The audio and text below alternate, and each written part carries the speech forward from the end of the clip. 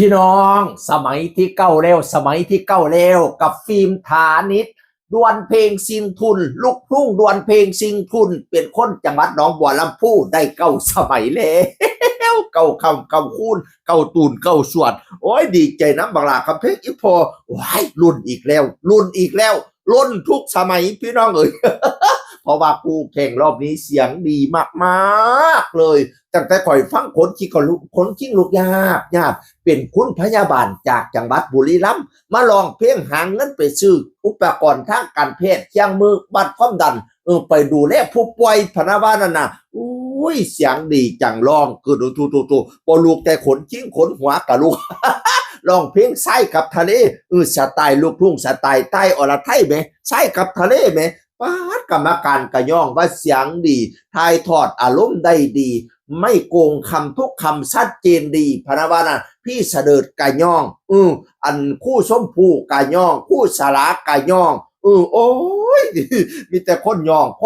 พี่น้อง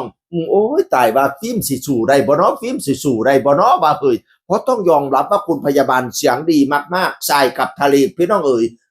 บัดนี้ฟิล์มขึ้นห้านบัดเนี่ยขึ้นห้านย่ำใดก็ได้รุ่นย่ำนั่นเนาะเพื่อนนี่เนาะ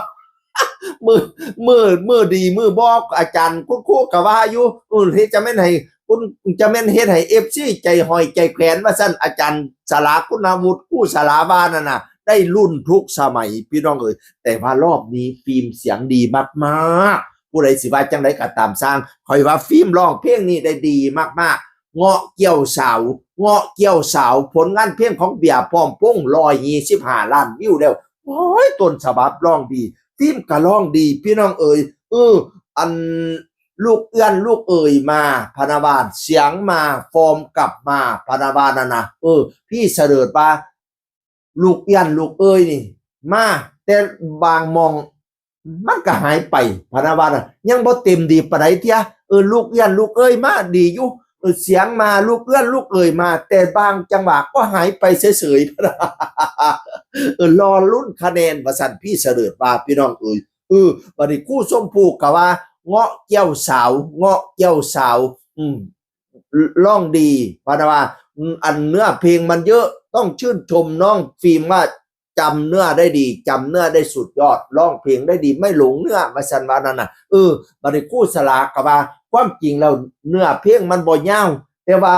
ผลงานเพลงนี้เป็นผลงานเพลงของปีชาปัดไผ่เจ้าพ่อเพลงอินดี้พี่น้องเอ๋ยอันกู้ปีชาเนี่ยแต่งเพลงนี่บ่ยาวปานใดแต่งสั้นๆแต่งวนไปวนมาวนลูปไปวนลูปมาแต่การวนกลับมาแต่ละครั้งการออกเสียงจะไม่เหมือนเดิมเรียบเรียงดนตรีโดยอาจารย์จินนี่ภูไทยพนาวานาอุ้ยกู้สารานจะเป็นความรู้แล้วแน่นเนาะแต่ว่าชื่นชมฟิล์มว่าสามารถจำได้พนาวานาร้องได้ดีฟอร์มเริ่มกลับมาแต่ก็ยังบ่เต็มร้อยปานใดเฮ็ดให้ FC ใจห้อยใจแขวนอยู่ว่าซั่นนะอย่างไรก็แล้วแต่อย่างไรก็เล่นเตะเล่นเตะยังไงก็เล่นเตะผลการโหวตออกมาก็ผู้ใดเงยคะแนนก่อนวะผู้ใดเผยก่อนวะคู่ชมพู่ก็เปิดออกมาก็เป็นฟิล์มพี่เสด็จเปิดออกมาก็เป็นฟิล์มโอ้ย2คะแนนเสียงนี่ก็ชนะเลิศแล้วผู้สลาเปิดมาก็เป็นฟิล์มพี่น้องเอ๋ยโอ้ยสุดยอดน้องฟิล์มได้สมัยที่9แล้วพี่น้องเอ๋ย9คำ9คูณ9ตูน9สวดให้ได้ไปฮอด100สมัยเด้อคำเพลงอีพอไปหมุนกงล้อเงินไซโยรอบนี้ได้แค่ 5,000 เอ้ยได้บ่หลายปานใดพี่น้องเอ๋ยโอ้ยรุ่นยางตายรอบที่แล้วได้ 115,000 รอบนี้ตื่มอีก 5,000 รวมเป็น120,000พี่น้องเอ๋ยเป็นนี่อยู่800,000 พอเป็นนี่ยุ800,000มาลุ้นรางวัลน้ำกันมาลุ้นน้ำกันว่าน้องฟิล์มจะไปได้ถึงจุดไหนตอนนี้ได้120,000แล้วสมัยที่9แล้วพี่น้องเอ๋ยวันอาทิตย์หยุดนะไปเจอกันวันจันทร์ถึงวันเสาร์ช่อง9ช่อง31ช่องวันพี่น้องเอ๋ยรายการลูกทุ่งดวลเพลง 18 นาฬิกาถึง 19 นาฬิกามาเชียร์น้องฟิล์มฐานิชนำกันพี่น้องเอ๋ยเสียงคนเก่าสู่ฟังสวัสดีครับ